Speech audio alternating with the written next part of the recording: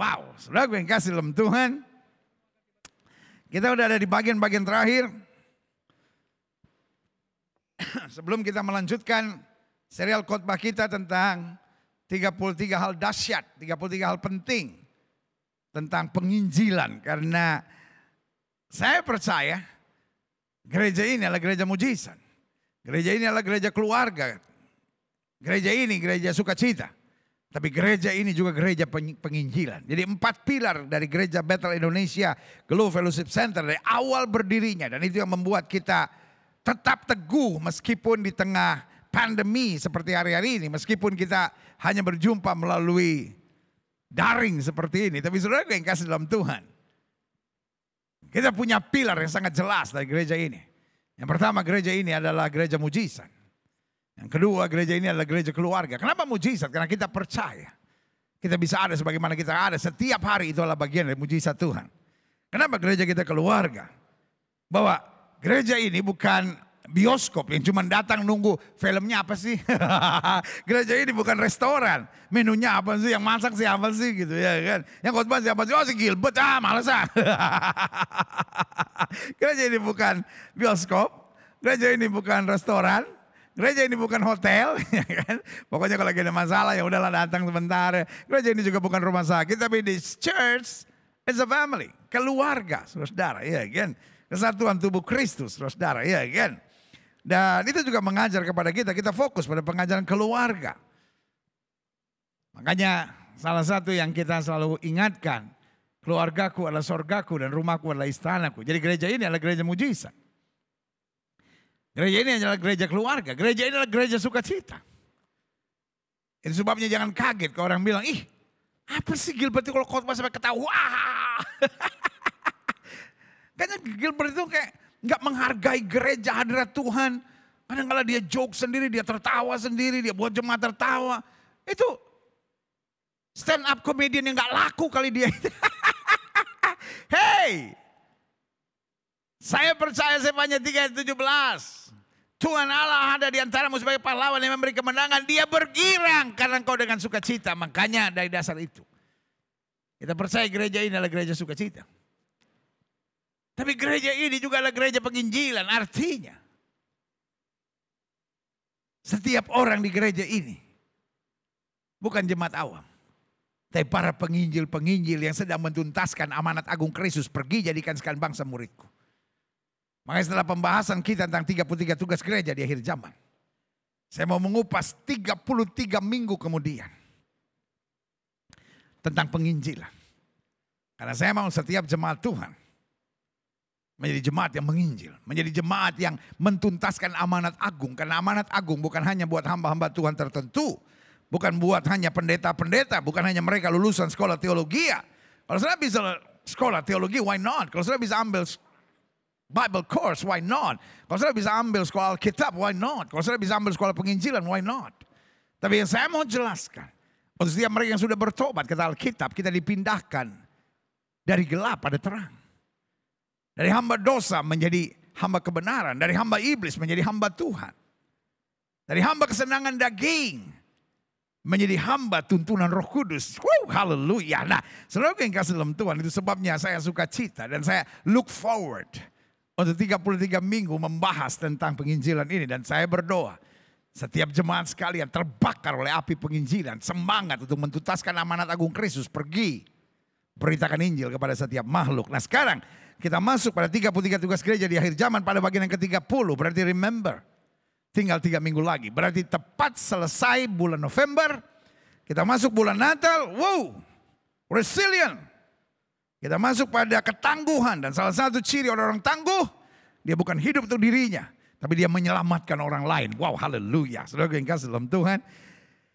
Di bagian ke-30 ini kita akan membahas tentang, wah ini banyak yang langsung keluar nih. Banyak yang bilang, cari pendeta lain lah, cari gereja lain lah, cari online lain lah gitu. Karena hari ini tugas gereja di akhir zaman lah memiliki roh yang suka memberi. Jangan punya roh pelit. Orang Manado bilang jangan punya roh skakar. Jangan punya roh koncudu. Tapi harus memiliki roh yang suka memberi. Dan memberi ini bukan hanya soal materi. Karena melayani dan memberi, dua hal yang gak bisa dipisahkan. Dan orang yang sudah bertobat akan mengalami 3 hal dahsyat dalam hidupnya. Yang pertama, bersyukur. Dan karena dia bersyukur, dia melayani. Dan tidak ada orang bisa melayani kalau semangatnya tidak memberi. Jadi ini saya beri nama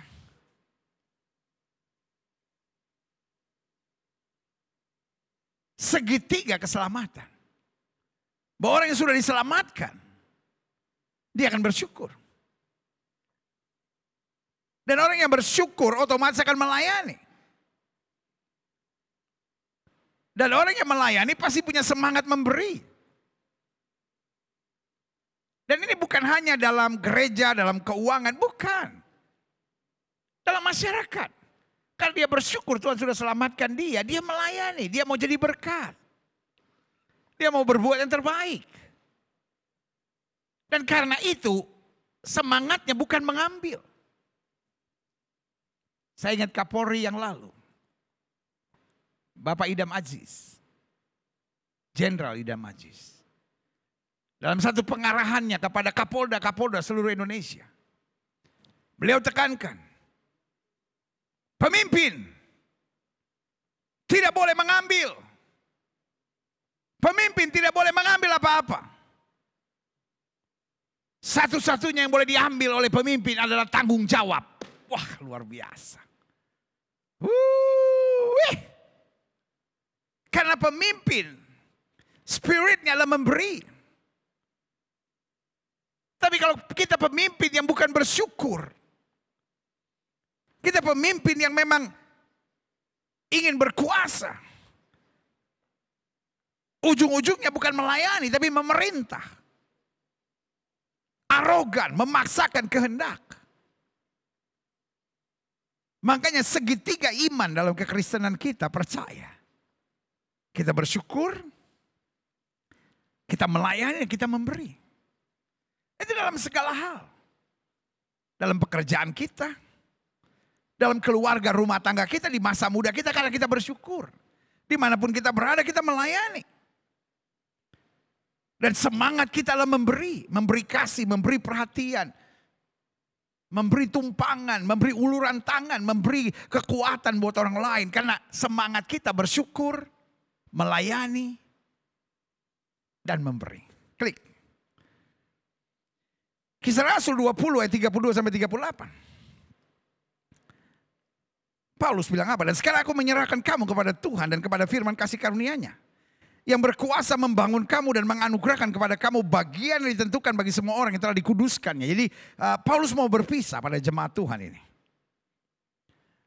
Dan Paulus jelaskan, perak atau emas atau pakaian tidak pernah aku ingini dari siapapun juga.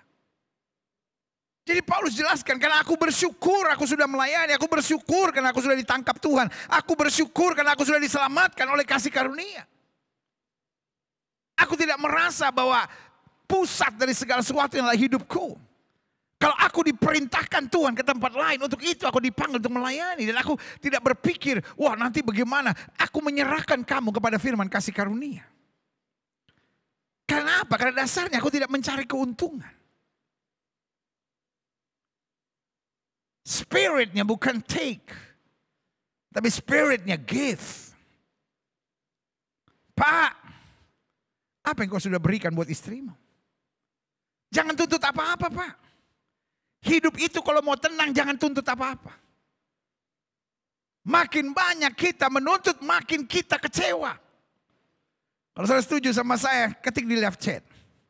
Makin banyak saya menuntut, makin banyak saya kecewa. Kenapa banyak anak muda kecewa hari-hari? Karena terlalu banyak menuntut. Kenapa banyak suami kecewa hari-hari? Karena terlalu banyak menuntut. Kenapa banyak istri kecewa hari-hari? Karena terlalu banyak menuntut. Kenapa banyak mertua kecewa hari-hari ini? Karena terlalu banyak menuntut. Kenapa banyak menantu kecewa hari ini? Karena terlalu banyak menuntut. Mulai hari ini belajar dalam hidup ini bersyukur. Dan karena semangat kita bersyukur, kita mau melayani. Dan karena kita mau melayani, maka kita memberi. Kita bukan mengambil, kita bukan merampas. Kita bukan menuntut yang ujung-ujungnya kecewa. Tapi kita justru memberi, kita melayani. Maka ujung-ujungnya kita akan senantiasa bertahan dalam segala sesuatu. Perak atau emas atau pakaian tidak pernah aku ingini dari siapapun juga. Kalau kita tidak menuntut apapun, maka hidup ini kita tidak akan kecewa terhadap apapun. Pak, Bu, adik-adik muda yang sedang kecewa. Saya cuma mau tanya sama saudara. Mau keluar dari kecewa enggak? Kalau saudara bilang sama saya, mau, ini caranya. Stop menuntut. Sekarang mulai bersyukur. Tuhan, meskipun aku disakiti, aku tahu aku tidak pernah dipermalukan. Tuhan, meskipun sesuatu diambil daripadaku, aku tahu Engkau akan menggantikan yang berlipat kali ganda. Tuhan, aku bersyukur. Meskipun aku sekarang menghadapi hal yang susah karena apa yang dikerjakan oleh mereka. Tapi aku percaya Tuhan merubah kutuk menjadi berkat. Dan mengatur hal-hal yang dahsyat dalam kehidupanku.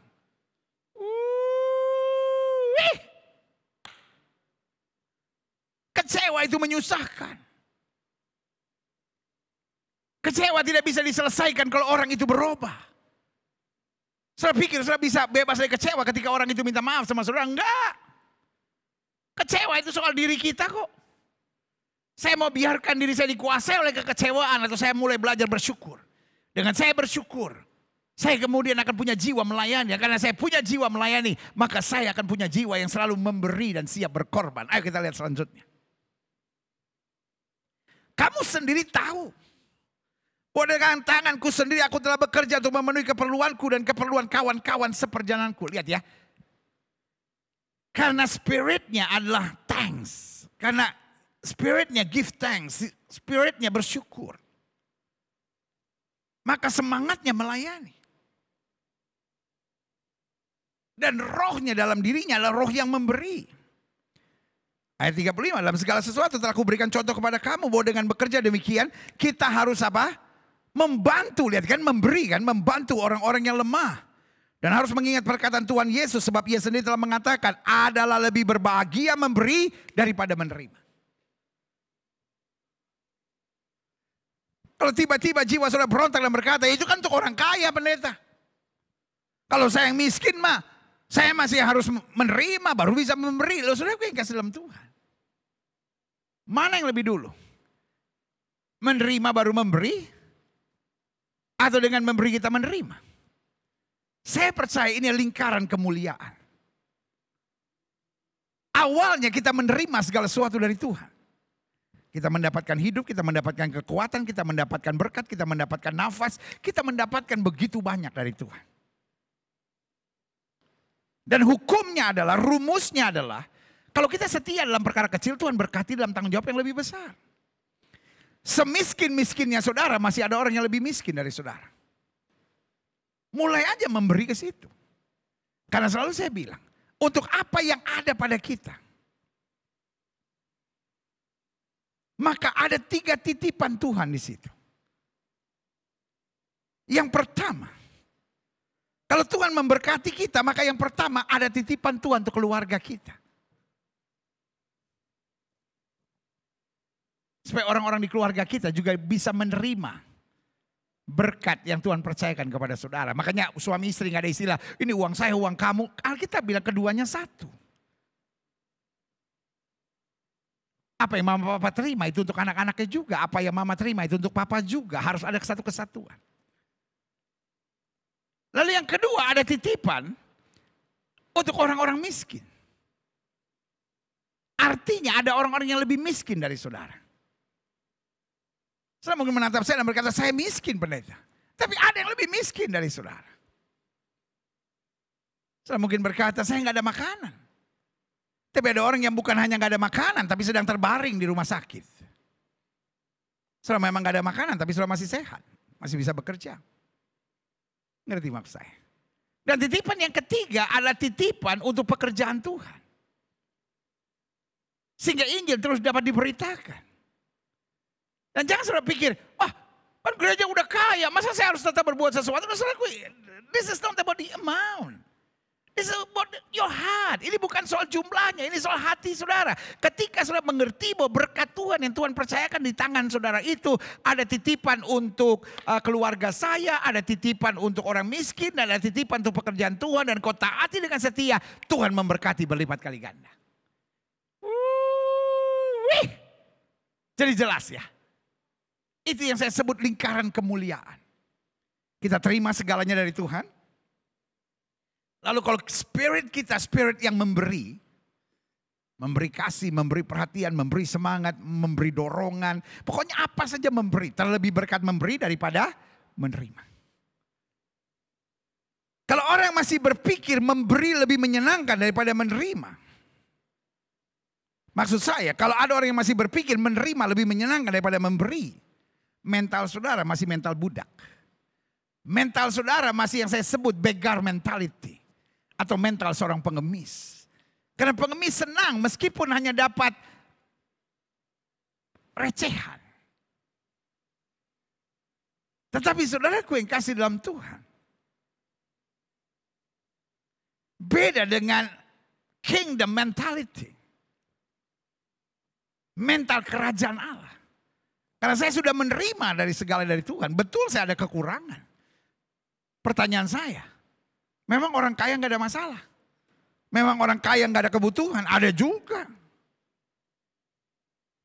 Tetapi saudaraku, mentalnya adalah kingdom mentality. Dan kingdom mentality nggak ada hubungan dengan kaya atau miskin. Ada orang miskin tapi mentalnya kingdom mentality. Dia senang memberi. Tetapi ada orang kaya mentalnya tetap beggar mentality. Karena dia selalu mau take. Udah jadi pejabat masih ambil duit rakyat.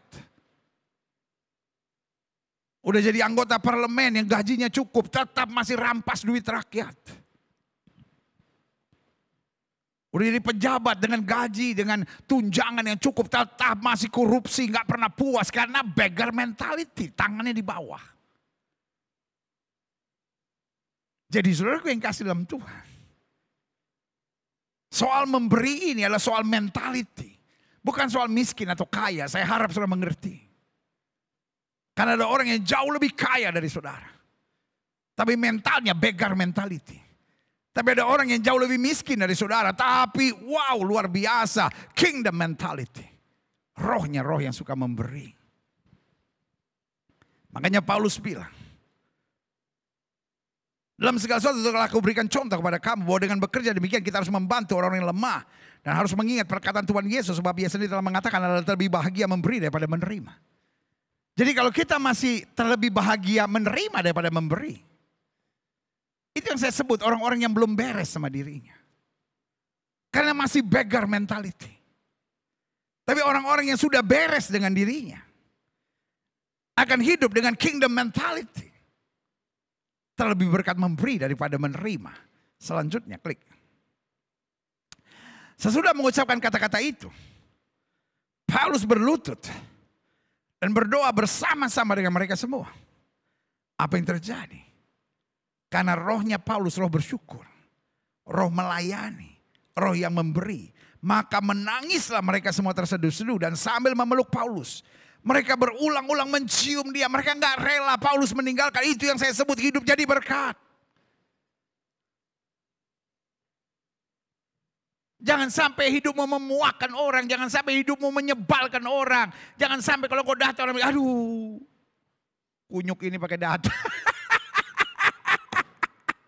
Ampun dah. Jangan sampai kalau sudah pergi orang bilang, aduh untung deh buku sate ini.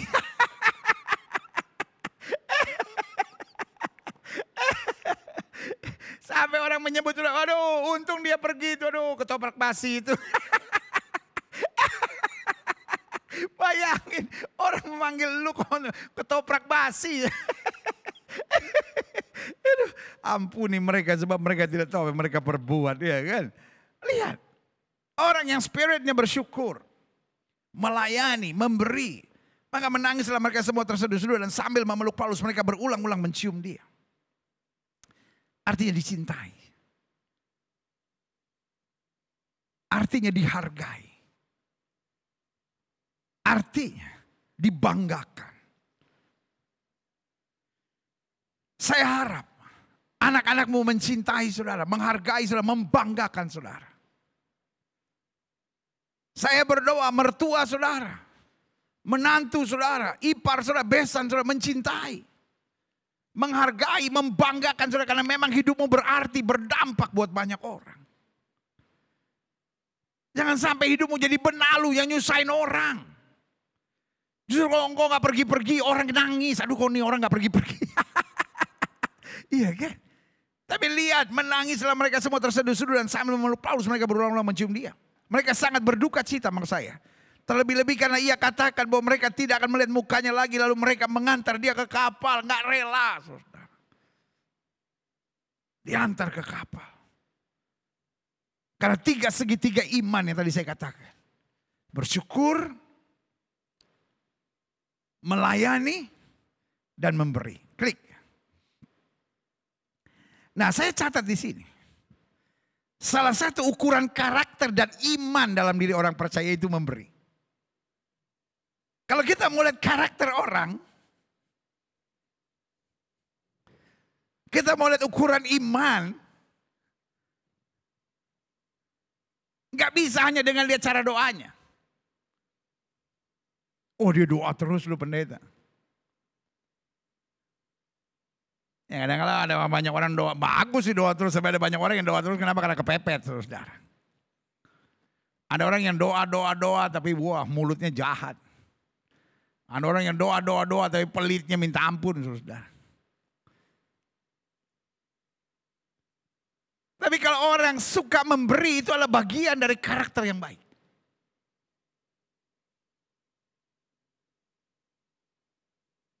Karena orang yang karakternya jelek adalah orang yang suka mengambil. Ataupun kalau dia memberi, dia anggap itu as a gamble. Tahu judi? Memberi $1.000 dengan perkiraan kalau menang dapat $10.000. Ah ini bahaya. Gamble mind. Pikiran judi, saudara. Tapi salah satu ukuran dari iman, karakter, dan pertobatan seseorang adalah semangatnya untuk memberi. Mungkin setelah menatap saya dan berkata, itu terlalu duniawi ya pendeta. Hamba-hamba Tuhan sekarang kok ngomongnya duit terus. Siapa yang ngomong duit terus? Otak lu tuh yang duit. Yang lagi saya ngomong adalah memberi. Give. Dan memberi ini banyak hal. Memberi senyum, memberi dorongan, memberi semangat, memberi kekuatan.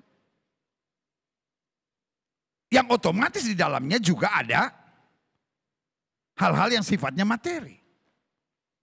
Jadi ada material things, ada non-material things. Klik. Matius 6 ayat 21. Ngomong tentang material things. Karena di mana hartamu berada, di situ juga hatimu berada. Jelas.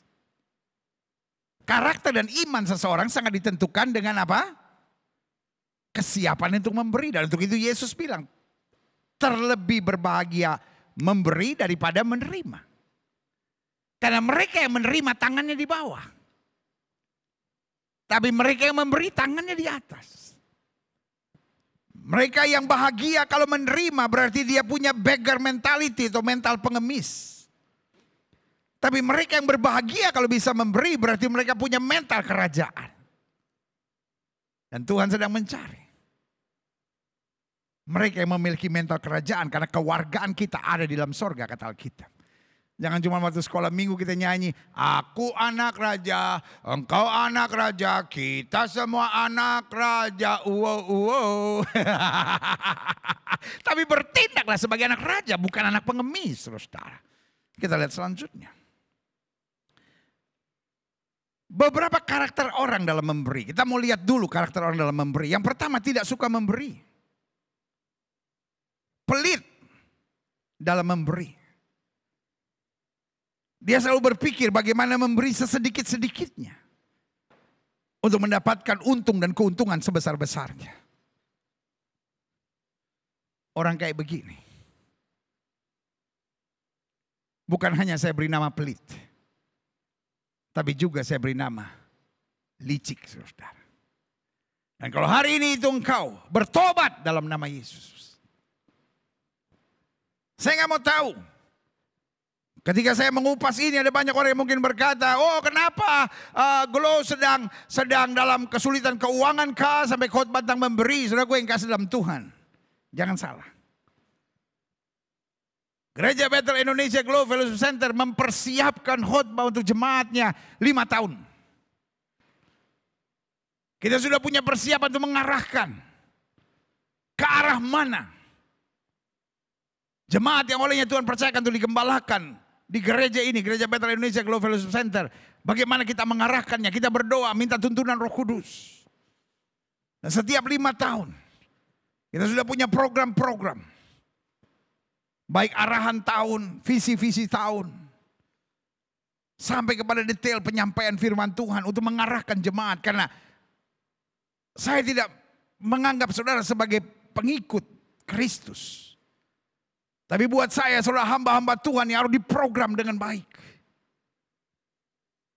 Saya gembala. Dan sebagai gembala saya harus berpikir. Domba yang berumur 1 bulan. Apa yang harus kita kasih makan? Domba yang sudah 1 tahun. Domba yang sudah berumur 2 tahun. Dan karena saya menganggap saudara sebagai prajurit-prajurit Kristus. Maka materi latihan apa yang harus saudara miliki? Materi pendidikan firman apa yang harus saudara dapatkan? Karena target yang Tuhan taruh dalam hati saya. Supaya setiap saudara menjadi pemenang-pemenang jiwa. Untuk merampas banyak orang dari neraka menuju rumah Bapa yang penuh kemuliaan. Yeah, haleluya. Jadi saudara mau kritik saya apapun, I don't care. Saudara memberi masukan, saya terima. Tetapi yang saya mau ingatkan buat setiap saudara. Untuk setiap orang yang tidak suka memberi. Pelit dalam memberi. Dan berpikir bagaimana saya memberi sesedikit-sedikitnya. Dengan mendapatkan keuntungan di balik itu semua sebesar-besarnya.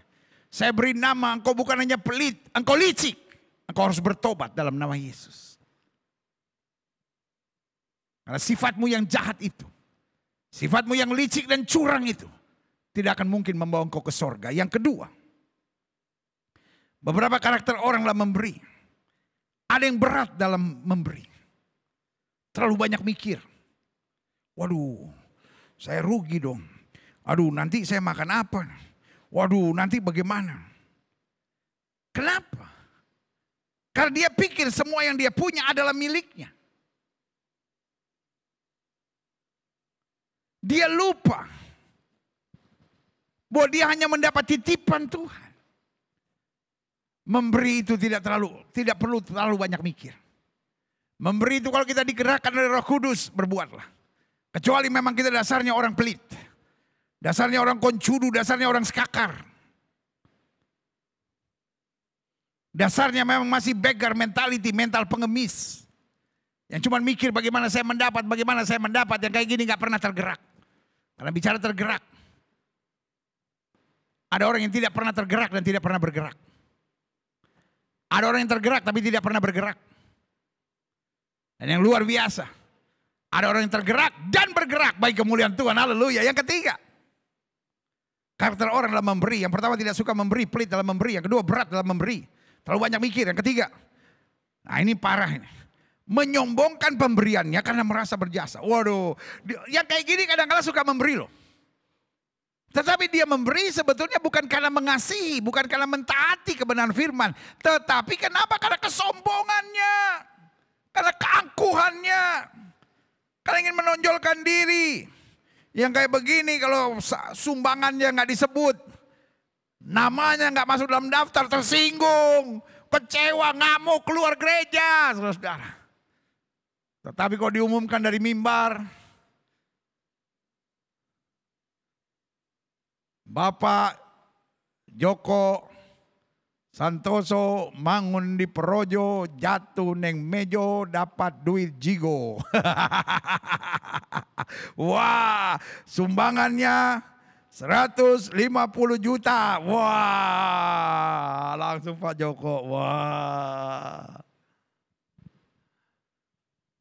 Tapi kalau nggak disebut pendeta ini gimana sih, nggak tahu berterima kasih, itu kan dari Tuhan. Wah, istilahnya dari Tuhan, tapi untuk kesombongannya, saudara. Sekali lagi, jangan memberi karena kesombongan. Kalau tangan kanan memberi, kata Alkitab, biarlah tangan kiri jangan tahu. Bukan berarti orang nggak boleh tahu kalau kita memberi. Tapi maksudnya di sini jangan sampai kita pakai hanya untuk kesombongan kita. Karena ingat, kita tidak pernah memberi.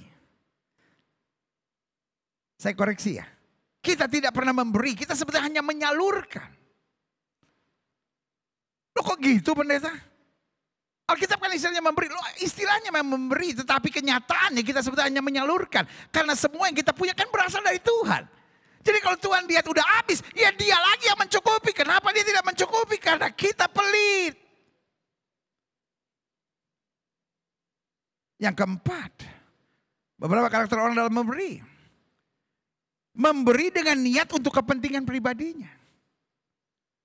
Wah, ini Bapak ini kan pejabat nih. Kalau saya memberi nih, supaya proyek-proyek saya lancar nih. Wah, buat saya, yang kayak begini rohnya roh koruptor, saudara. Masuk gereja, tapi rohnya roh koruptor, saudara. Yang kayak begini nih, kalau dia bisnis, bisa ditangkap KPK, bisa ditangkap kejaksaan, bisa ditangkap Bareskrim. Kenapa? Karena rohnya dalam Tuhan saja, rohnya dalam pelayanan aja. Udah begitu. Adik-adik muda naksir cewek gitu, naksir cowok. Wah, langsung bawain martabak lah. Tiap kali datang, wah, bawa mie pangsit lah. Somai babi lah. Tetapi bukan dasarnya, bukan suka memberi. Tetapi dasarnya ada corruption spirit. Ada roh korupsi, saudara. Dia baru kelihatan memberi kalau ada maunya. Pak,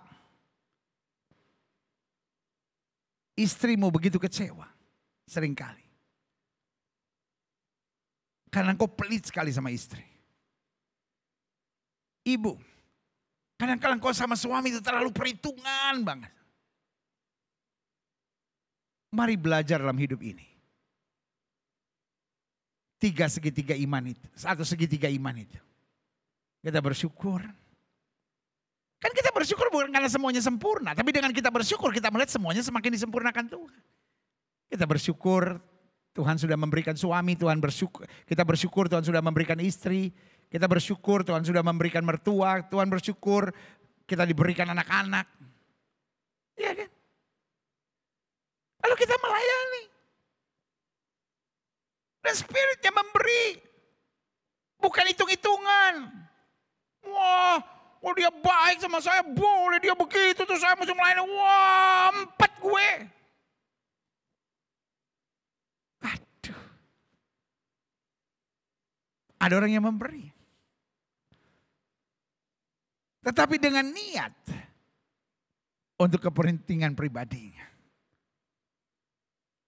Dan kalau ini saudara,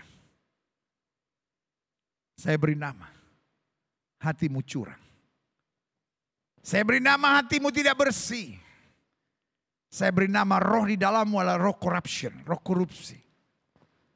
Tetapi selanjutnya yang kelima saya pelajari. Apa karakter orang dalam memberi? Memberi dengan tulus. Sebagai ucapan syukur yang kayak begini hidupnya diberkati. Kalau saudara setuju, ketik di live chat saudara. Saya harus memberi dengan tulus. Saya harus memberi dengan tulus. Sebagai istri, saya harus memberi kepada suami saya dengan tulus. Sebagai suami, saya harus memberi kepada istri saya dengan tulus. Sebagai menantu, saya harus memberi kepada mertua saya dengan tulus. Bukan hanya uang, segala hal. Jangan tunggu, ya kalau dia baik sama saya mau memberi. Tapi kalau tidak, enak aja. Itu namanya spirit of corruption. Kita memberi, bukan karena mereka pantas menerima.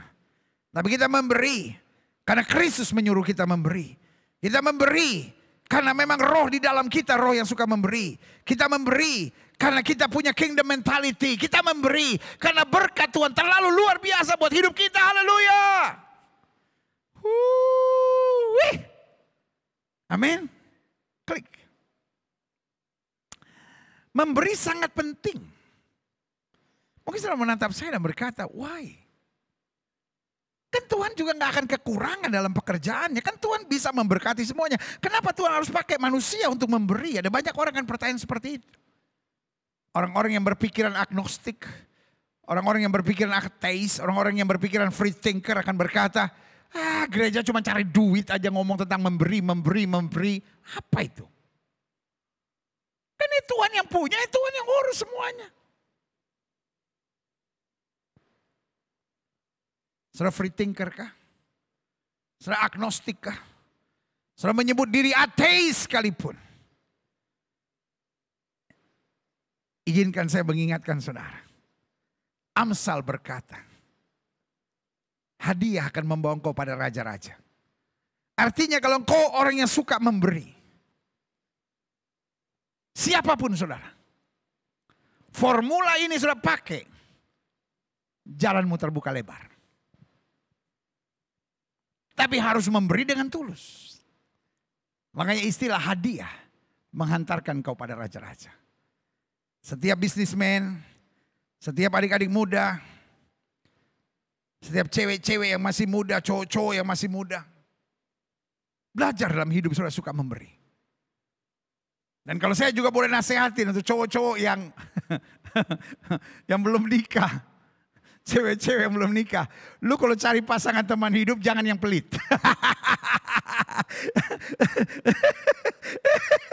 Lu kalau cari pasangan teman hidup, kalau saya boleh nasihatin nih sebagai orang yang lebih tua nih, sebagai orang yang oleh anugerah Tuhan sudah dibawa keliling ke seluruh Indonesia, 34 provinsi saudara, iya kan? Dan kalau saya boleh kasih tahu saudara nih, saya kasih tahu nih, lu kalau cari pasangan teman hidup jangan yang pelit. Mau seganteng apapun kalau pelit, aduh udah deh makan hati saudara, bener ya kan? Mau secantik apapun, pintar masak bagaimanapun kalau pelit, ke laut aja lu, ya kan? Udah kepala batu, egois, pelit, arogan, kasar, emosional, hidup lagi. Kalau saudara masih paksain diri menikah sama orang kayak begitu, saya kirim bunga tulisannya, selamat menderita. Ketiga, iya kan? Jadi saudaraku, saudara free thinker kah, saudara agnostik kah, saudara ateis sekalipun. Tetap saya ajarkan, memberi itu penting. Kalau saudara tanya sama saya kenapa? Karena memberi mengajar kepada kita kehilangan itu biasa. Kan dalam hidup ini kita pasti akan menghadapi kehilangan. Kenapa orang bunuh diri? Kenapa orang stres? Kenapa orang jatuh pada hal yang bernama depression? Kenapa orang akhirnya melarikan diri dengan obat-obat terlarang? Jawaban saya sederhana, karena gak siap menerima kehilangan. Mamanya meninggal, orang yang dia cintai meninggalkan dia, barangnya diambil, emosi sakit hati, difitnah orang, jabatannya dirampas, dia dibuang kemana begitu. Saudaraku, Ayub waktu kehilangan segala-galanya, ini yang saya bilang orang yang sudah beres sama dirinya. Ayub waktu kehilangan segala-galanya, istrinya marah. Istrinya bilang, masih kau bertekun dengan Allah yang sedemikian itu, kutuki Allah dan matilah. Daud bilang, hei kau berbicara seperti perempuan yang tak waras. Tuhan yang memberi, Tuhan yang mengambil, terpujilah nama Tuhan. Itu kalimat dari orang yang sudah beres. Orang yang rela kehilangan. Dan kita tahu terbiasa setiap pagi dia mempersembahkan korban. Dia memberi. Orang yang terbiasa memberi adalah orang yang tidak stres, orang yang tidak depression. Orang yang tidak hidup harus dengan panic attack. Dan hari-hari ini, orang-orang dengan gangguan masalah-masalah kejiwaan semakin banyak. Dan kemudian mencari pembenaran bahwa it's okay, it's normal. I know it's normal. But in Jesus there is the solution. Dalam Yesus ada jalan keluar. Dalam Alkitab, saya terlalu percaya Alkitab adalah jaminan kepastian kita. Alkitab punya 1001 cara keluar dari masalah depression. Dan salah satunya adalah kita harus menyadari bahwa kehilangan itu biasa. Dan bagaimana melatih kehilangan itu biasa? Kita terbiasa dengan memberi. Apa yang pernah kita punya kita bagikan. Dan saudara yang kasih dalam Tuhan kita anggap itu biasa. Yang kedua, kenapa memberi sangat penting? Karena memberi mengajar kepada kita semua yang kita punya hanya titipan dan sementara. Jadi ketika diambil, ketika nggak ada lagi, it's okay. It's normal. Waktu Yusuf kehilangan jabatannya, nggak masalah tuh. Biasa aja. Dia cuma bilang manusia boleh mereka-rekakan yang jahat, Allah mereka-rekakan untuk kebaikan. Dan justru yang seperti itu Alkitab bilang, orang yang rela kehilangan nyawanya justru akan mendapatkannya. Tuhan bilang sama Abraham, ambil anak yang tunggal yang kau kasih yakni Ishak, persembahkanlah. Dia langsung berangkat. Dia langsung persembahkan. Kan dia tahu semua yang dia punya titipan dan sementara dia gak berdebat sama Tuhan. Apa Tuhan? Ambil anak yang tunggal yang kau kasih yakni Ishak. Jangan Ishak deh Tuhan, Ismail aja deh Tuhan. Dia gak tawar apa? Ishak, jangan Ishak lah Tuhan, Hagar aja lah mamanya Ismail lah gitu. Apa Tuhan? Ishak, jangan Ishak lah Tuhan. Sarah. No, dia tidak tawar. Dia tahu semua yang dia punya hanya titipan dan sementara. Makanya saya ulangi sekali lagi, orang yang memberi, karakternya luar biasa. Orang yang memberi, dia punya mentalitas kerajaan. Yang ketiga, memberi sangat penting karena memberi mengajar kepada kita. Kita memberi bukan karena kita berkelebihan. Tapi karena kita memahami makna ketaatan. Kita memberi bukan karena kita lebih. Saya gak tahan sama orang-orang yang dasarnya punya jiwa yang pelit, saudara. Jiwa yang kikir saya beri nama. Selalu kalau mendengar pengupasan tentang persembahan, sensitif banget. Kalau mendengar pengupasan tentang memberi, gak bisa dong, kan kita juga miskin, kan kita yang harus menerima, kita begini. Saudara yang kasih dalam Tuhan. Kita memberi bukan karena kita kelebihan. Tapi kita memberi karena kasih di dalam kita yang gak tahan melihat sesuatu yang bisa kita bantu. Coba lihat Daud. Daud rohnya adalah roh yang memberi. Dia gak perlu jadi tentara hebat dulu untuk mengalahkan Goliat. Dan dia memberi yang terbesar tuh bangsa Israel adalah memberi kemenangan yang luar biasa. Dia memberi lewat apa? Perjuangannya. Betul dia gak punya uang. Dia gak punya kekuatan tapi dia punya iman. Makanya waktu dia menghadapi Goliat dia bilang, engkau boleh mendatangi aku dengan pedang, tombak dan lembing, tapi aku mendatangi engkau dengan nama Tuhan semesta alam. Itu yang saya bilang dengan memberi. Kita bisa memberi lewat tenaga, lewat pelayanan, lewat apa yang bisa kita buat. Rohnya harus roh yang memberi. Jangan bilang, ya seandainya saya begini, seandainya saya kaya pasti saya memberi. No. Kok dasarnya kikir, mau sampai sekaya apapun makin tambah kikir saudara. Oh, ada begitu banyak koruptor kok. Rumahnya udah segede 7 kali lapangan bola kadang-kala. Mobilnya waduh minta ampun saudara. Masih korupsi juga. Masih rampas duit rakyat juga. Masih ngambil juga. Kenapa? Rohnya itu roh setan di dalamnya saudara. Sorry kalau saya ngomong begini. Saya cinta saudara. Saya bukan marah sama saudaranya. Tapi saya marah sama roh di dalam saudara itu. Karena roh di dalam saudara yang memaksa, saudara mengikat, saudara membelenggu saudara menjadi orang-orang yang rakus. Dalam nama Yesus, lepaskan dirimu dari roh kikir, roh rakus, roh setan itu. Tapi mulai hari ini sadari bahwa kita memberi bukan karena kita berkelebihan, tapi karena kita memahami makna ketaatan. Kristus memerintahkan kita untuk memberi. Kita memberi karena kita bersyukur terlalu banyak berkat yang Tuhan sudah berikan buat saya. Kita memberi karena kita sudah beres sama diri kita. Enggak lagi yang kita harapkan. Pokoknya apa yang Tuhan sediakan itu sudah lebih dari cukup buat saya.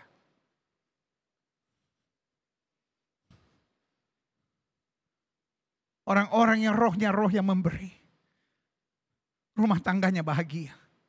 Karena memang selalu semangatnya memberi, bukan hanya uang. Memberi perhatian, memberi kasih, memberi maaf, memberi semangat, memberi dorongan, memberi kekuatan, memberi tuntunan, memberi hal-hal yang positif. Karena roh di dalamnya, roh yang memberi. Selanjutnya, memberi sangat penting karena memberi mengajar kepada kita pengertian. Bahwa kita sudah beres dengan diri kita dan masa depan kita, bahwa masa depan kita sudah terjamin. Kenapa kita memberi? Karena kita udah gak punya roh kekhawatiran lagi. Kita udah gak punya roh ketakutan lagi. Oh nanti kalau saya memberi saya jadi kurang. Oh kalau saya memberi nanti gimana masa depan saya. Oh kalau saya memberi bagaimana. Saudaraku. Daud sampai bilang begini. Dulu aku muda. Sekarang aku menjadi tua. Tidak pernah aku lihat anak cucu orang-orang benar. Meminta-minta roti. Selalu ada berkat Tuhan. Ini yang saya bilang orang yang sudah beres. Ada banyak orang belum beres sama dirinya kok. Hidupnya khawatir untuk apa saja. Karena dia pikir, oh nanti gimana kalau begini. Nanti itu yang setan mau taruh dalam hidupmu. Pada orang-orang yang sudah beres dengan dirinya. Akan bersyukur. Akan melayani. Dan akan memberi. Haleluya. Klik. Selanjutnya kita pelajari.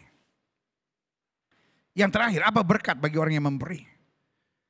Yang pertama, coba lihat Yoel pasal 2, 25-27. Aku akan memulihkan kepadamu tahun-tahun yang hasilnya dimakan habis oleh belang pindahan, belang pelompat, belang pelahap, dan belang pengerip.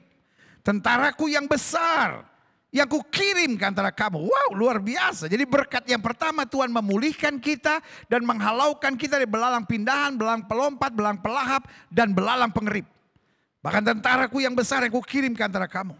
Maka kamu, perhatikan baik, akan makan banyak-banyak dan menjadi kenyang. Kamu akan memuji-muji nama Tuhan Allahmu yang telah memperlakukan kamu dengan ajaib. Dan umatku tidak akan menjadi malu lagi untuk selama-lamanya. Artinya kita bukan hanya dipulihkan kepada kita. Bukan hanya dihalaukan dari belang pelahap. Tetapi diberikan semangat untuk terus mendekat, mendekat, mendekat. Dan melayani Tuhan dengan sungguh-sungguh. Memuji-muji Tuhan. Ayat 27. Kamu akan mengetahui bahwa aku ini ada di antara orang Israel. Dan bahwa aku ini Tuhan adalah Allahmu dan tidak ada yang lain. Dan umatku tidak akan menjadi malu lagi untuk selama-lamanya. Lihatnya, berkat pertama, Tuhan memulihkan kita,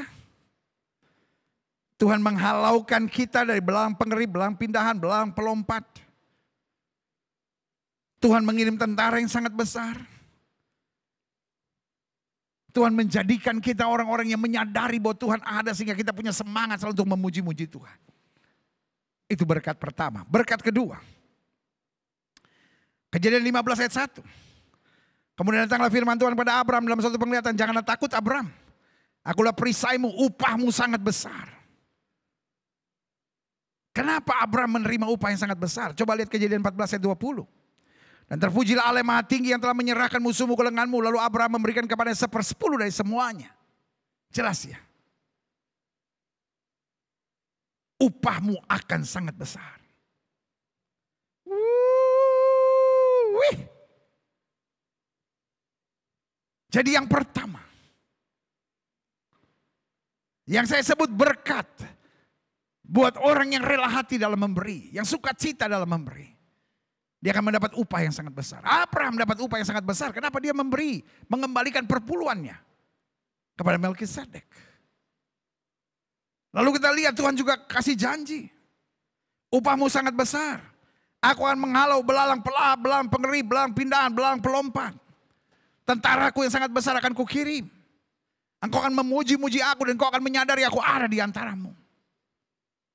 Itu berkat pertama. Selanjutnya yang kedua. Keluaran 23 ayat 25 sampai 26. Tapi kamu harus beribadah kepada Tuhan Allahmu, maka Ia akan memberkati roti makananmu dan air minumanmu, dan aku akan menjauhkan penyakit dari tengah-tengahmu. Tidak akan ada di negerimu perempuan yang keguguran atau mandul. Aku akan menggenapkan tahun umurmu. Yang kedua, berkat untuk mereka yang suka memberi. Tuhan memberkati roti makanan kita, air minuman kita, dan menjauhkan segala penyakit dari tengah-tengah kita. Haleluya. Artinya apa saja yang kita perbuat ada berkat Tuhan. Makanan, minuman, pekerjaan ada berkat Tuhan. Nah kalau Tuhan memberkati kita tidak akan turun tapi naik. Tidak akan menjadi ekor, dipimpin menjadi kepala. Bahkan dijauhkan dari segala sakit penyakit. Dalam nama Yesus terima dengan iman. Ada banyak orang. Penghasilannya banyak. Tetapi Alkitab berkata seperti ditaruh di kantong yang bocor. Karena dasarnya pelit, dasarnya rakus. Sehingga apa yang terjadi, apa yang dia dapat, keluar lagi sia-sia ke rumah sakit lah, ke inilah. Tapi kalau kita suka memberi, penjagaan Tuhan sempurna. Selanjutnya, klik. Yang ketiga, Maleakhi 3 ayat 10 sampai 12, bawalah seluruh persembahan persepuluhan itu ke dalam rumah perbendaharaan. Supaya ada persediaan makanan di rumahku, dan ujilah aku, firman Tuhan semesta alam. Apakah aku tidak membukakan bagimu tingkap-tingkap langit dan mencurahkan berkat kepadamu sampai berkelimpahan? Diingatkan sekali lagi, aku akan menghardik bagimu belang pelahap. Supaya jangan dihabisinya hasil tanahmu, dan supaya jangan pohon anggur di padang tidak berbuah bagimu. Firman Tuhan semesta alam. Jadi lihat ya. Alkitab bilang apa? Tuhan gak malu-malu. Tuhan gak bilang, kalau boleh nih, kalau bisa nih, enggak. Tuhan kasih perintah, bawa persembahan persepuluhan. Uji aku. Wah, saudaraku yang kasih dalam Tuhan. Sorry. Kalau hamba-hamba Tuhan takut berbicara tentang perpuluhan. Kalau hamba-hamba Tuhan menghindar berbicara tentang perpuluhan. Bahkan kalau hamba-hamba Tuhan menyerang perpuluhan, saya beri nama itu adalah hamba-hamba Tuhan yang jahat. Mungkin saudara menatap saya dan berkata, tapi itu kan urusan perjanjian lama. Saudaraku yang kasih dalam Tuhan, buang aja perjanjian lama kalau memang saudara pikir udah gak perlu lagi. Apa Yesus gak pernah bicara tentang perpuluhan? Ada yang bilang ya perpuluhan adalah batas minimal. Loh, perpuluhan aja lu gak ngembalikan, apalagi batas minimal lagi saudara-saudara. Iya kan? Yesus bilang apa? Berikan kepada Tuhan apa yang Tuhan punya. Berikan kepada kaisar apa yang kaisar punya. Ya tapi kan dia tidak bicara perpuluhan. Hei, orang zaman itu udah ngerti konteksnya dikit. Kenapa saudara-saudara? Orang sekarang kadang-kala nyerang kiri, nyerang kanan. Konteksnya aja gak ngerti kok. Sembarang aja ngomong-ngomong. Waktu Yesus bilang berikan kepada kaisar apa yang kaisar punya, itu bicara pajak. Berikan kepada Tuhan apa yang Tuhan punya, itu bicara tentang perpuluhannya. Sembarang aja ngoni-ngoni ini semua ini. Hanya demi konten kadangkala. Hanya supaya kelihatan benar dengan pelitmu itu, dengan koncudumu itu, dengan skakarmu itu. Saudaraku yang kasih dalam Tuhan, kalau saya bicara ini, saya bukan bicara pada jemaat yang harus mengembalikan perpuluhan ke gereja kita. Karena selalu saya bilang, saudara kembalikan perpuluhan ke gereja saudara masing-masing. Kalau saudara menatap saya dan berkata, tapi gereja kami tidak mengajarkan tentang perpuluhan, itu enggak persoalan. Kalau saudara kirim persembahan perpuluhan, saudara pasti diterima. Itu aja kirim saudara. Selesai. Dan saya harus tegaskan. Hamba-hamba Tuhan. Yang tidak mengajar atau takut mengajar. Atau bahkan menyerang tentang perpuluhan adalah hamba-hamba Tuhan yang jahat. Karena Yesus sendiri, maksud saya Allah sendiri. Allah sendiri. Hello, Allah sendiri. Hello, Allah sendiri yang berkata bawalah persembahan perpuluhanmu dalam rumah perbendaharaanku. Ada penafsiran harus dibawa ke gereja, ada penafsiran harus dikasih pendeta, ada penafsiran untuk dikasih orang miskin, ada yang bisa, itu mah terserah masing-masing gereja punya aturan sendiri. Gereja-gereja aliran Pantekosta, gereja-gereja aliran Bethel, gereja-gereja aliran karismatik punya aturan sendiri. Nanti gereja-gereja aliran Protestan HKBP punya aturan sendiri tentang pengelolaan keuangan, itu bukan persoalan saya. Tetapi minimal Alkitab bilang bawalah persembahan perpuluhanmu itu. Saya nggak mau bikin perdebatan menjadi panjang, tetapi itu yang Alkitab bilang. Bawa persembahan persepuluhanmu. Lalu Tuhan bilang apa? Uji aku. Apakah aku tidak akan membukakan tingkap-tingkap lagi, mencurahkan berkat sampai kau kelimpahan. Berarti yang pertama, upahmu sangat besar. Kita akan dijauhkan belang pelahap, belang pindahan, belang pengerip, belang pelompat. Tuhan akan mengutus tentaranya. Sampai kita mengakui bahwa dia hadir. Dan kita memuji-muji dia. Dan yang kedua, Tuhan akan memberkati kita. Makanan dan minuman kita diberkati dan dijauhkan dari segala sakit penyakit. Dan yang ketiga, kalau kita memberi, Alkitab berkata Tuhan akan membukakan tingkap-tingkap langit dan mencurahkan berkat sampai berkelimpahan. Mana aku akan menghardik bagimu belang pelahap supaya jangan dihabisi hasil tanahmu dan supaya jangan pohon anggur di padang tidak berbuah bagimu. Firman Tuhan semesta alam, artinya ada saja berkat yang luar biasa terjadi. Kalaupun ada famine atau ada kelaparan atau ada masalah, tetapi Tuhan tetap akan membela. Lihat selanjutnya 12. Maka segala bangsa, ini targetnya, akan menyebut kamu berbahagia sebab kamu ini akan menjadi negeri kesukaan firman Tuhan semesta alam. Jadi artinya memberi, Tuhan memberkati, menjadikan kelimpahan. Bukan supaya kita tambah hebat, tambah kaya, tambah dipuja-puja orang. Bukan. Tapi supaya kita dapat menjadi kesaksian. Orang melihat tangan Tuhan menyertai kita. Dan kita dapat berbuat lebih banyak lagi untuk orang lain. Untuk Tuhan. Untuk pekerjaannya. Dan untuk perluasan kerajaannya. Doa saya. Sebelum kita terima perjamuan suci hari ini. Apa itu perjamuan suci? Tuhan memberi dirinya buat kita. Dirinya saja dia berikan. Dan kita masih berdebat soal perpuluhan. Kita masih berdebat soal persembahan. Kita masih berdebat soal memberi buat orang miskin. Kita masih berdebat untuk memberi buat orang-orang yang membutuhkannya. Waktu hari ini kau terima tubuh dan darah Kristus. Bertobatlah. Dan jadilah orang-orang yang suka memberi. Engkau baik dan sangat baik. Angkat pujian ini. Dan kita akui sungguh. Yesus adalah Tuhan yang begitu baik buat kita. Haleluya. Engkau baik. Amin. Haleluya. Dan sangat baik. Aku senantiasa mau menyenangkanmu.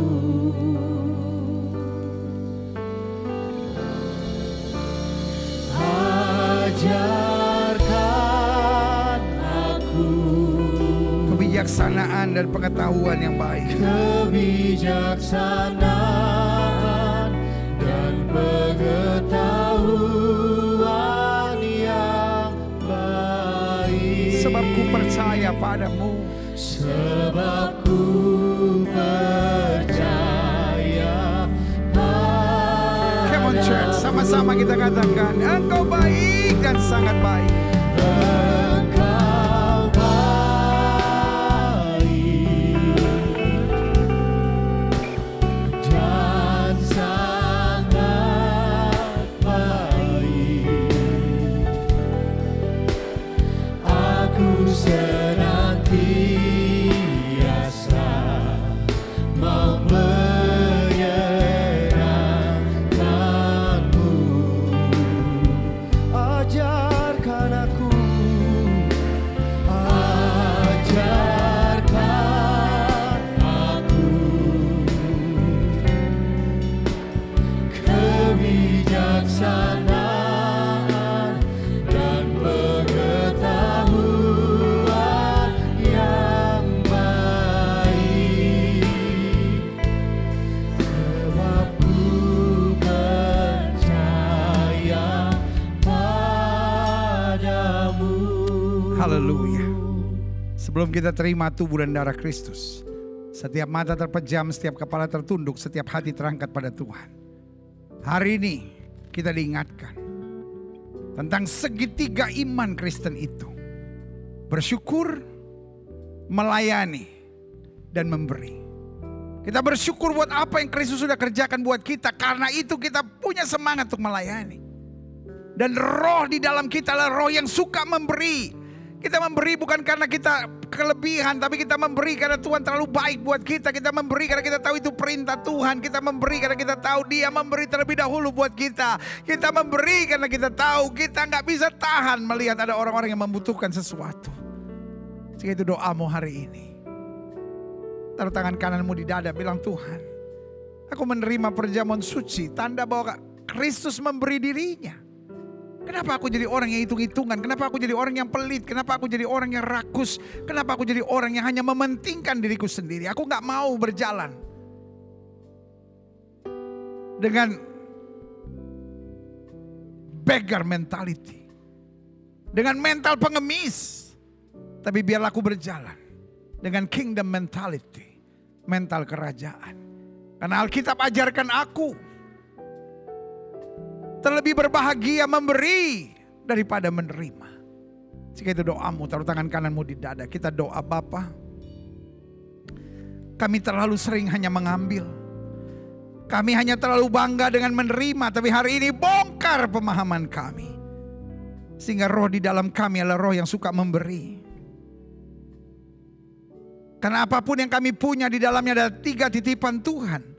Untuk keluarga kami, untuk orang-orang yang lebih miskin dari kami, dan untuk pekerjaan Tuhan. Karena itu dimanapun kami berada, tolong kami untuk selalu memberi. Terima kasih Tuhan.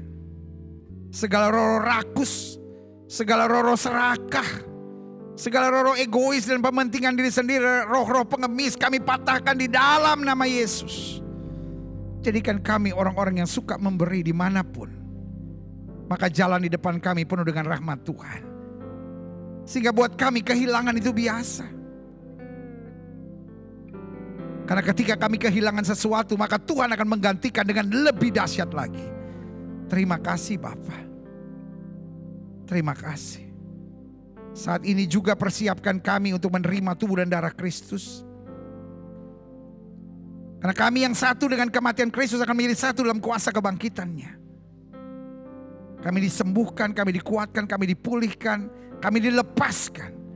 Mereka yang masih terikat dengan rokok, alkohol, tayangan-tayangan cabul, bahkan terikat dengan korupsi, terikat dengan seks bebas, onani, masturbasi, terikat dengan kebiasaan-kebiasaan buruk, terikat juga dengan homoseks, lesbian, dan penyimpangan-penyimpangan seksual lainnya. Kami lepaskan dalam nama Yesus. Sehingga waktu kami terima tubuh dan darah Kristus, kami tahu roh kemuliaan itu melepaskan kami dari kuasa daging dan kuasa dosa. Terima kasih Bapa. Siapkan diri kita untuk menerima tubuh dan darah Kristus. Kita angkat pujian ini. Persiapkan roti, anggur, dan saya akan pimpin dari gereja. Memohon tubuh dan darah Kristus mengubahkan kehidupan kita. Haleluya. Tubuhmu terpecah. Tubuhmu terpecah menyelamatkanku dari semua kutuk dosaku. Darahmu tercurah melepaskanku dari semua kuasa kegelapan.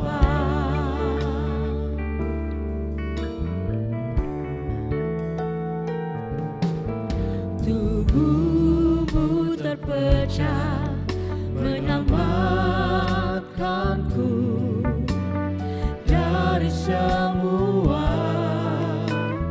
kutuk dosaku. Darahmu tercurah melepaskanku dari semua kuasa kegelapan. Ku terima kasih-Mu dan kuasa-Mu dalam persekutuan dengan tubuh-Mu. Ku terima janji-Mu, mujizat-Mu dalam perjalanan perjanjian dengan darah-Mu. Pastikan roti dan anggur sudah bersama dengan kita. Kita akan dengarkan firman Tuhan. Firman Tuhan katakan, bukankah cawan pengucapan syukur yang atasnya kita ucapkan syukur adalah persekutuan dengan darah Kristus? Jika engkau setuju, sama-sama katakan amin. Firman Tuhan juga lanjut katakan, bukankah roti yang akan kita pecah-pecahkan ini adalah persekutuan dengan tubuh Kristus? Jika kita setuju, sama-sama kita katakan amin. Sekarang pegang roti di tangan kanan. Dengar firman Tuhan. Baru kemudian kita akan angkat bersama. Kita naikkan doa bersama-sama. Baru kemudian kita makan bersama dengan iman. Sebab apa yang telah kuteruskan kepadamu telah kuterima dari Tuhan, yaitu bahwa Tuhan Yesus pada malam waktu diserahkan, Ia mengambil roti dan sesudah itu Ia mengucap syukur atasnya, lalu memecah-mecahkan dan berkata, inilah tubuhku yang diserahkan bagi kamu, perbuatlah ini menjadi peringatan akan aku. Angkat roti di tangan kanan tinggi lewat kepala, tanda kita menghargai tubuh Kristus lebih dari segalanya. Kita naikkan doa ini bersama-sama. Terima kasih Tuhan Yesus buat tubuh yang terpecah, yang telah memberikan kepastian hidup kekal di sorga, yang menyempurnakan tubuh, jiwa dan rohku, dan menjadikan aku sebagai warga kerajaan Allah yang berhak untuk menerima segala janji dan berkat-berkat Allah. Terima kasih Tuhan Yesus, karena melalui tubuh yang terpecah, segala sifat dan karakterku sudah diubahkan. Hidupku diperbaharui, hatiku diperbaharui, pikiranku diperbaharui, perkataanku diperbaharui, keluargaku diperbaharui, masa depanku dijamin. Terima kasih Tuhan Yesus, karena melalui tubuh yang terpecah, segala penyakitku sudah disembuhkan. Aku tidak akan terserang kanker. Aku bebas dari COVID. Tidak akan terkena tumor. Bebas dari leukemia. Tidak akan pendarahan. Bebas dari stroke. Tidak akan terbaring di ICU. Tidak akan terbaring di ruang gawat darurat. Segenap organ tubuhku sehat sempurna. Bahkan segala kelemahan tubuhku, segala kutuk penyakit, segala penderitaan sudah diselesaikan di atas kayu salib. Terima kasih Tuhan Yesus, karena melalui tubuh yang terpecah, aku bebas dari segala malapetaka, mara bahaya, niat orang jahat, dan kecelakaan. Terima kasih Tuhan Yesus. Inilah tubuh yang terpecah bagi kami sekalian.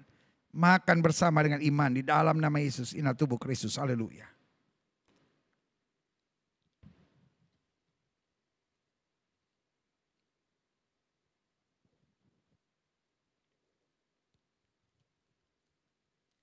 Haleluya. Haleluya. Kami bersyukur buat tubuh yang terpecah. Kami bersyukur Engkau dihancurkan supaya kami menerima segala kemuliaan. Engkau dipermalukan supaya kami boleh menerima segala janji kemuliaan-Mu yang luar biasa. Terima kasih Tuhan. Terima kasih. Pegang cawan di tangan kanan. Dengar firman Tuhan. Baru kemudian kita angkat bersama, kita minum bersama dengan iman. Demikian juga Ia mengambil cawan sesudah makan lalu berkata, cawan ini adalah perjanjian baru yang dimeteraikan oleh darahku. Perbuatlah ini setiap kali kamu meminumnya menjadi peringatan akan aku. Sebab setiap kali kamu makan roti ini dan minum cawan ini, kamu memberitakan kematian Tuhan sampai datang. Jadi barang siapa dengan cara yang tidak layak makan roti atau minum cawan Tuhan, ia berdosa terhadap tubuh dan darah Tuhan. Angkat cawan tinggi lewat kepala, tanda kita mengakui darah Kristus lebih dari segala-galanya dalam hidup kita. Ulangi doa saya bersama. Terima kasih Tuhan Yesus buat darah yang tertumpah. Karena melalui darah yang tertumpah, dosaku sudah diampuni. Hidupku telah lunas dibayar. Aku bukan lagi milik dunia. Hidupku milik Kristus. Aku tidak berada dalam gelap, melainkan dalam terang yang ajaib bersama Kristus. Terima kasih Tuhan Yesus, karena melalui darah yang tertumpah, segala kuasa kegelapan sudah dihancurkan. Aku tidak akan bisa dihipnotis. Aku tidak akan bisa disantet. Aku tidak akan terserang guna-guna. Hidupku dipagari. Kuasa Tuhan menjaga aku, menjaga keluargaku, menjaga pekerjaanku, menjaga seluruh usahaku, menjaga seluruh gerak hidupku, dan menjamin masa depanku. Terima kasih Tuhan Yesus, karena melalui darah yang tertumpah, aku sudah bebas dari segala kutuk dosa, kutuk penderitaan, kutuk maut, kutuk keturunan, serta segala kutuk yang diucapkan orang terhadap aku. Hidupku berkelimpahan, tidak akan kekurangan. Hidupku akan selalu mengalami terobosan untuk meraih janji Tuhan dan berjalan dalam mujizat serta keberuntungan setiap hari. Terima kasih Tuhan Yesus, karena melalui darah yang tertumpah, hidupku dipulihkan, hidupku disempurnakan, sehingga aku layak menjadi warga kerajaan Allah di dalam nama Yesus. Terima kasih buat darah yang tertumpah.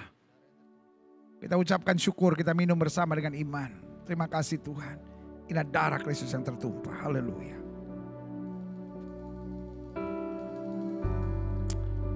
Haleluya. Oh haleluya. Oh haleluya. Haleluya. Haleluya. Haleluya. Kita sembah Tuhan, kita angkat lagu salibnya, salibnya sangatlah mulia. Kita akui sungguh lewat salib itu anugerah yang sempurna Tuhan sediakan bagiku. Haleluya. Haleluya. Haleluya. Haleluya.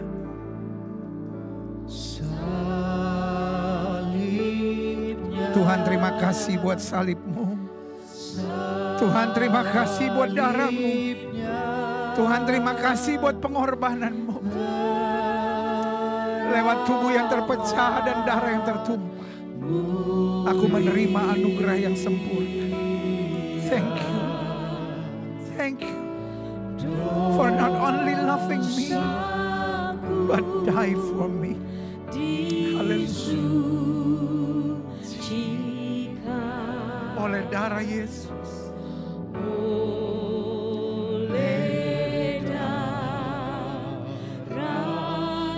di rumah masing-masing sama-sama bersyukur, katakan salibnya, salibnya bagiku sangatlah mulia. Yes, thank you for the cross. Thank you for the love. Thank you for dying for me.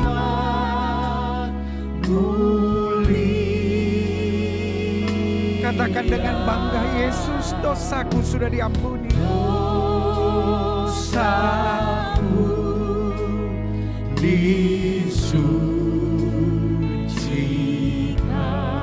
oleh darah Yesus. Apapun yang sedang terjadi dalam hidup saudara, pandang salibnya.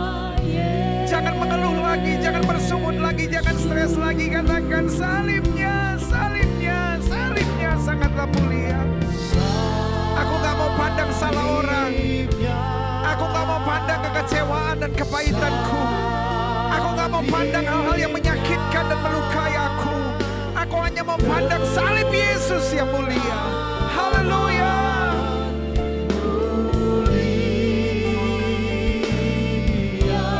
Dosaku disucikannya.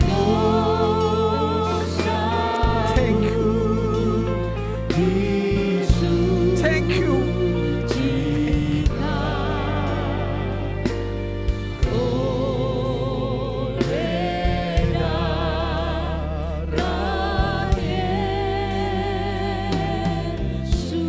Ampuni kami kalau selama ini kami gak fokus pada salib. Kami hanya fokus pada kepahitan kami, kekecewaan kami, luka kami, masalah kami, persoalan kami, hal-hal yang menyakitkan orang-orang, yang melukai orang-orang, yang menyakiti hati kami. Tapi hari ini kami bertobat. Kami mau bilang cukup, cukup, cukup kasih-Mu buat kami. Engkau mati buat kami, Engkau curahkan darah buat kami, Engkau melakukan yang terbaik buat kami. What more? Apalagi yang kami mau minta sama Tuhan? Kami cuma mau bersyukur. Kami mau melayani dan menjadi berkat. Kami mau punya hati yang suka memberi. Terima kasih Tuhan. Robah semua dalam hidup kami. Supaya kami menjadi ciptaan yang baru. Yang sakit Tuhan sembuhkan, yang lemah Tuhan kuatkan, yang susah Tuhan hiburkan. Terima kasih Tuhan. Di saat seperti ini, waktu kami menjadi satu dengan tubuh dan darah Kristus, kami juga teringat bangsa negara kami Indonesia. Selamatkan Indonesia ya Allah. Umat mayoritas di bangsa ini Tuhan tuntun, Tuhan arahkan, Tuhan bawa pada damai sejahtera dan keselamatan.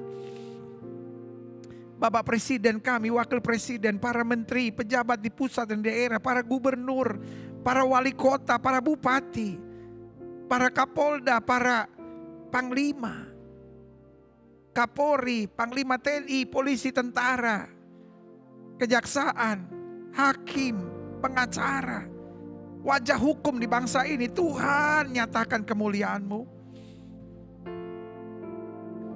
Ketua BNPT, Ketua BNPB.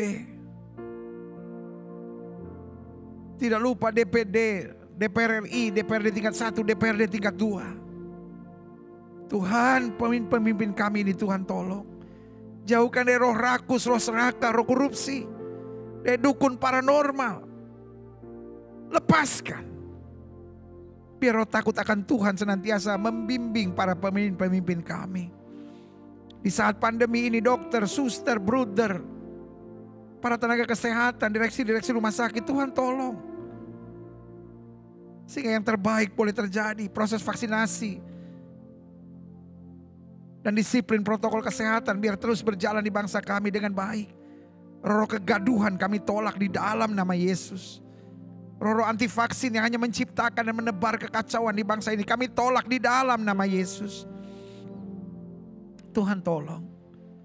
Kami masih melihat adanya mafia-mafia obat, mafia-mafia COVID, mafia-mafia rumah sakit, mafia alat-alat kesehatan.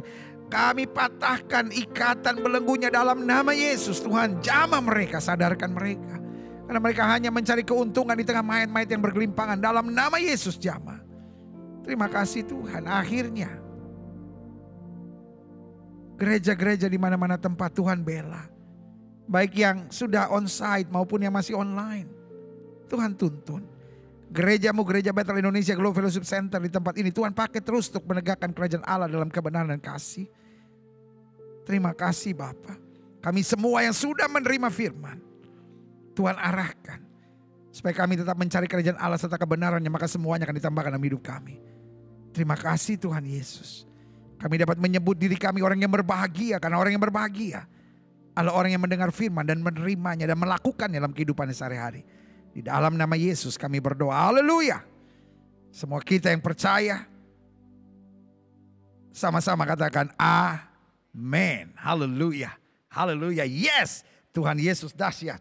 Tuhan Yesus luar biasa. Haleluya. Kita adalah orang-orang berbahagia. Karena orang berbahagia adalah orang yang menerima firman. Dan mempraktekkan dalam kehidupan sehari-hari. Haleluya. Yes. Saudara yang kasih dalam Tuhan. Setelah kita memuji-muji Tuhan, menyembah Dia, berdoa, masuk dalam hadiratnya, menerima firman Tuhan. Dan dipersatukan dalam tubuh dan darah Kristus. Saatnya kita memberi buat Tuhan. Sekali lagi saya ingatkan, memberi tidak diwajibkan. Tetapi ini sesuai dengan dorongan hati. Sukarela dan sukacita. Hari ini kita sudah banyak belajar tentang memberi.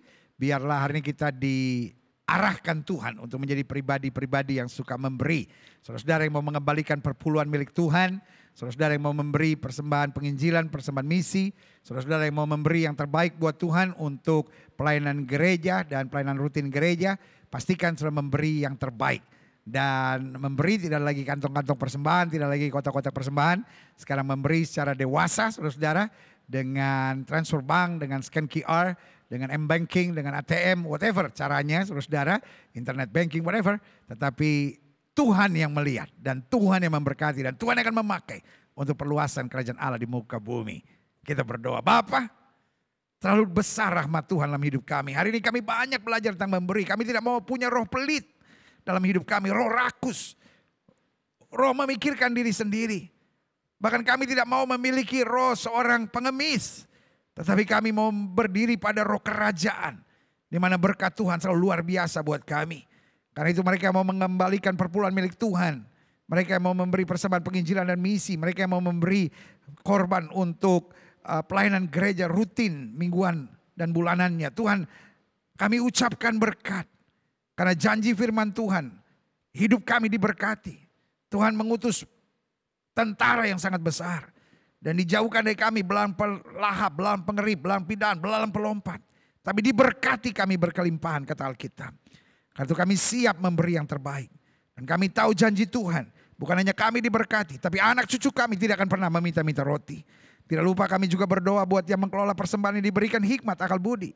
Pada saat yang bersamaan juga diberikan kemampuan ilahi untuk mengarahkan setiap persembahan ini. Sehingga dapat dipakai untuk perluasan kerajaan Tuhan, keselamatan jiwa-jiwa. Dan dukungan buat hamba-hamba Tuhan melayani dengan yang terbaik. Terima kasih Bapa. Kami siap memberi yang terbaik. Di dalam nama Yesus yang siap memberi yang terbaik. Sama-sama kita katakan amin. Haleluya. Saatnya kita memberi yang terbaik buat Tuhan. Dengan cara saudara untuk scan QR dan transfer bank. Dan pastikan Roh Kudus akan mengarahkan kita. Apa yang harus kita berikan yang terbaik buat Tuhan. Dan bersama dengan kita memberi, saya mengajak saudara untuk mengikuti church update, apa yang akan terjadi di gereja kita seminggu ke depan, serta ministry update, apa yang terjadi seminggu ke belakang. Tuhan Yesus berkati. Dan saya akan kembali untuk doa berkat, doa penutup, dan doa pengutusan. Haleluya.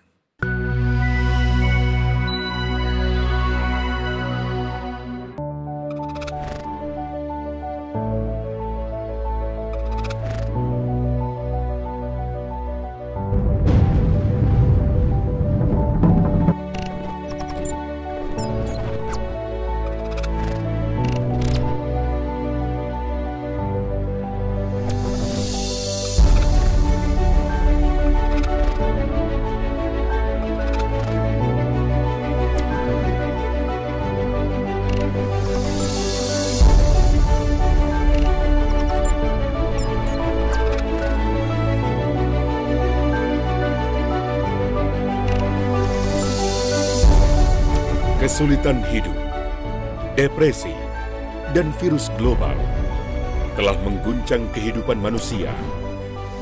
Setiap hari menjadi hari yang tidak menentu. Bagaimana kita menjalani hidup yang penuh kemuliaan Tuhan yang akan menyinari kita dalam menjalani kehidupan dan keluar sebagai pemenang?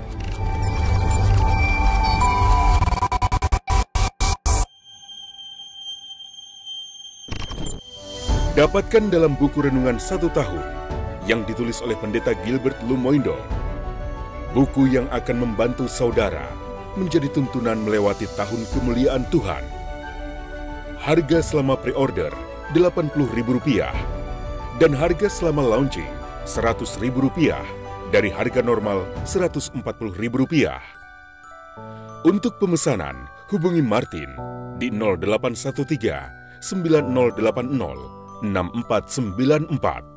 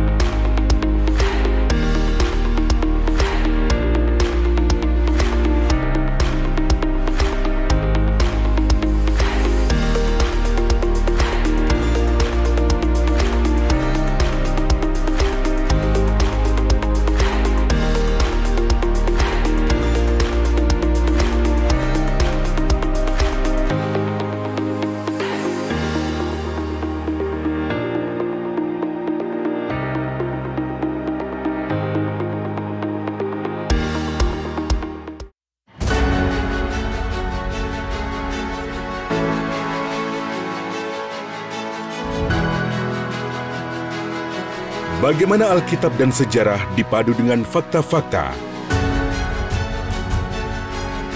sebagai pembuktian yang akan menumbuhkan keimanan dan menambah pengetahuan akan kebenaran Alkitab. Semua ada dalam buku Ketika Alkitab dan Sejarah Berjumpa pada Titik Temunya, yang ditulis oleh Jaris Farah, seorang Arab Nasrani dari Nazaret. Kata pengantar oleh Pendeta Gilbert Lumoindong. Selama masa pre-order, harga buku Rp100.000 dari harga normal Rp150.000. Untuk pemesanan, dapat menghubungi Martin 0813 9080 6494.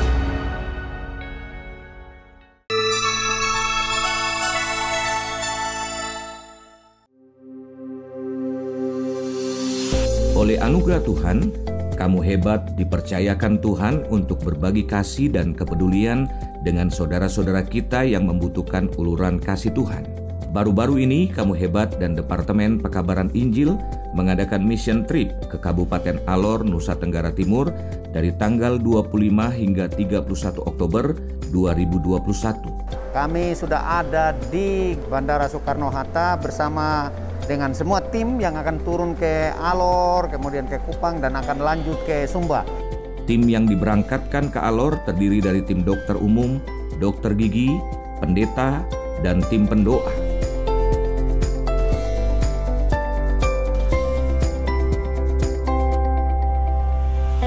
Sekarang kami sudah ada di Alor, Mali. Dan sesudah ini kami akan melanjutkan perjalanan, karena itu kami percaya perjalanan ini menyenangkan, karena satu hal yang sangat menyenangkan dalam hidup ini tidak ada lain, yaitu melayani Tuhan, melayani Tuhan. Karena itu hari ini kami mau sama-sama katakan, kamu hebat. Sekali lagi, kamu hebat. Setiba di Alor, tim langsung menuju Desa Lendola, Kecamatan Teluk Mutiara, Kabupaten Alor, untuk memulai ibadah ucapan syukur serta launching Puskesmas Terapung Kamu Hebat yang akan melayani di daerah pesisir di Alor, NTT, dan sekitarnya. Di dalam nama Bapa, Putra, dan Roh Kudus, Kamu Hebat di bawah pimpinan Bapak Pendeta Gilbert Lumoindong menyerahkan perahu atau kapal Puskesmas Apung dan pelayanan sosial secara menyeluruh di Nusa Tenggara Timur di dalam nama Tuhan Yesus.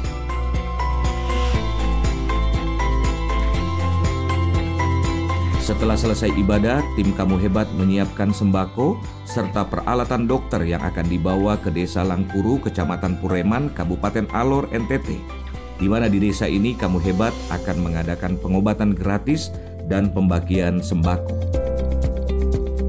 Pukul 4 dini hari, tim sudah mempersiapkan segala sesuatunya untuk menuju ke pelabuhan dan siap berangkat ke Desa Langkuru di Kecamatan Pureman, Kabupaten Alor. Puji Tuhan, dan inilah perahu Kamu Hebat itu, atau lebih dikenal dengan Puskesmas Apung Kamu Hebat. Ini ada di Alor, jadi perahu inilah yang akan memberkati banyak masyarakat yang tinggal di sekitar Alor gitu ya. Bahkan bukan hanya Alor, nanti akan pergi ke Kupang, ke tempat-tempat lain. Dan ada Pak Dr. Dedi Guandis yang menjadi penanggung jawab di sini untuk operasi Puskesmas Apung Kamu Hebat. Ya, puji Tuhan, hari ini saya bersama dengan Pendeta Hari Sempulur. Kami berada di Alor, tepat di Pelabuhan Kalabahi. Kami sedang menuju ke Pureman. Dan kami akan melakukan banyak pelayanan sana, menjadi berkat. Kamu hebat, Tuhan akan memberkati semua. Ini kapal. Ya, mantap. Pendeta Gilbert Lumoindong, kamu hebat. Kamu hebat.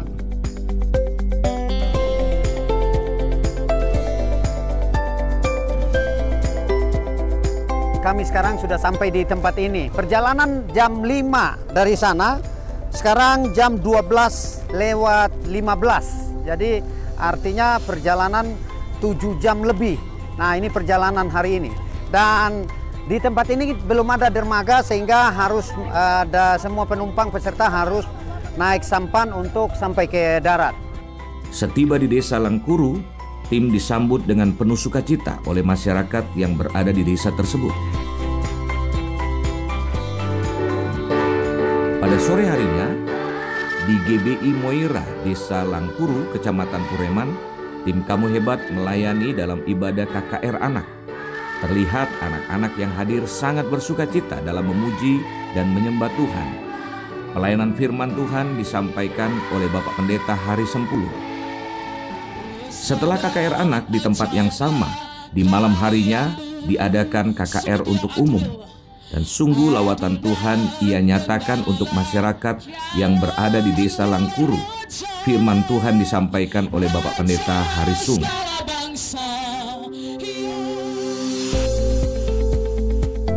Pada keesokan harinya, Kamu Hebat mengadakan bakti sosial dengan melakukan pengobatan gratis dan membagikan paket sembako bagi para gembala sidang yang berada di desa tersebut dan akan diteruskan kepada jemaat serta warga setempat.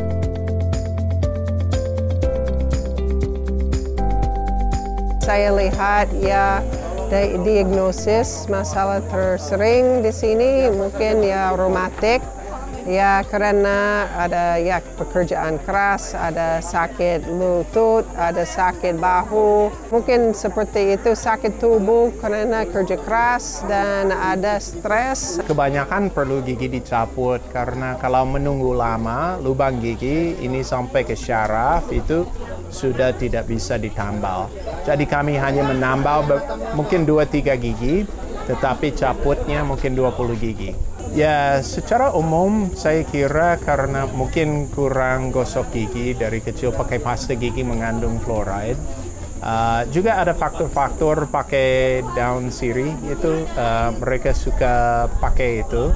Dan ini walaupun giginya bisa jadi kuat, itu gusinya jadi ada penyakit ya. Hari ini sejak pagi Kamu Hebat sudah melakukan pengobatan gratis baik poli gigi maupun pengobatan umum dan sudah tangani pasien 160 orang sehingga pada hari ini kehadiran Kamu Hebat di Pureman memberkati secara kesehatan, rohani, demikian juga jasmani yang sudah disediakan oleh tim Kamu Hebat melalui Kamu Hebat Foundation Pendeta Gilbert Lumoindong. Dan karena itu secara simbolis akan menyerahkan paket-paket ini kepada seluruh gembala yang berjumlah 8 gembala sidang di wilayah sini sehingga nanti setiap gembala akan membagikan kepada jemaat sesuai dengan ajuan jumlah yang telah disampaikan kepada Bapak Pendeta Dedi Guandis. Kamu Hebat!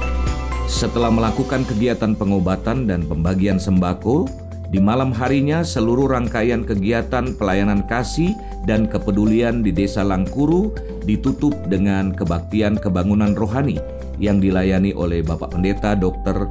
Dedi Guandis. Demikianlah informasi pelayanan kasih dan kepedulian Kamu Hebat dari Desa Langkuru, Kecamatan Pureman, Kabupaten Alor, NTT. Dan untuk edisi berikutnya, kami akan hadir dengan liputan pelayanan dari Alor. Terus kita dukung dalam doa dan dalam bentuk lainnya untuk pelayanan Kamu Hebat agar bisa memberkati saudara-saudara kita yang membutuhkan uluran kasih Tuhan. Tuhan Yesus memberkati. Kamu Hebat. Yes, haleluya. Memberi adalah sebuah anugerah. Melayani adalah sebuah anugerah. Dan gereja kita boleh jadi berkat untuk banyak orang bagi kemuliaan Tuhan. Haleluya. Wow. Saudara gue yang kasih dalam Tuhan, ayo tetap semangat. Jadikan Kristus yang paling utama dalam hidup kita. Karena selama kita jadikan Kristus yang paling utama, maka apa yang tidak pernah kita pikirkan itu yang Tuhan sediakan buat kita. Kita berdoa, Bapa terima kasih. Hari Minggu yang penuh berkat, penuh mujizat, lawatan Allah di rumah masing-masing bersama Gereja Bethel Indonesia Glow Fellowship Center ini telah sungguh mengubahkan kehidupan kami. Kami memuji-muji Tuhan, kami masuk dalam hadirat Tuhan, kami hidup dalam doa, kami juga menerima firman Tuhan. Dan hari ini kami juga dapat kesempatan untuk memberi, bahkan menerima tubuh dan darah Kristus. Karena itu kami tidak mau semuanya menjadi sia-sia, tapi kami hidup dalam anugerah-Mu. Bahkan bukan hanya hidup kami, tetapi keluarga kami. Karena berlaku firman, satu orang bertobat, seluruh rumah tangga diselamatkan. Sehingga kami semua dapat berkata, keluargaku adalah sorgaku dan rumahku adalah istanaku. Terima kasih Tuhan, terima kasih. Dan akhirnya, Saudara-saudara sekalian, kekasih-kekasih Kristus, permata hatinya Kristus, ingatlah bahwa Tuhan itu baik. Ingatlah selama engkau tidak miring ke kiri maupun miring ke kanan, hidupmu akan diberkati. Engkau tidak akan turun, tapi engkau akan naik. Engkau tidak akan jadi ekor, engkau akan jadi kepala. Karena itu dimanapun kita berada, kabarkanlah Injil. Dimanapun kita berada, bawalah damai. Dimanapun kita berada, tebarkan kasih, kesatuan. Sehingga di dalamnya nama Yesus dipermuliakan. Suami-suami, kasihlah istrimu dan janganlah berlaku kasar kepadanya. Istri-istri, tunduklah kepada suamimu dan hormati suamimu. Orang tua jangan bangkitkan sakit hati dari anak-anakmu dan anak-anak. Hormatilah, taatilah orang tuamu di dalam Tuhan. Jemaat sekalian, terimalah berkat Tuhan. Kasih dari Allah Bapa, keselamatan, penebusan, dan cinta dari Kristus Yesus, serta tuntunan, urapan, hikmat, karunia-karunia, dan buah-buah Roh Kudus akan terus menyertai hidup kita. Mulai hari Minggu yang penuh berkat, penuh mujizat, lawatan Allah di rumah masing-masing bersama Gereja Bethel Indonesia Global Fellowship Center ini, sampai Maranatha, Yesus Kristus datang kembali untuk menjemput setiap orang yang hidup sesuai kehendaknya.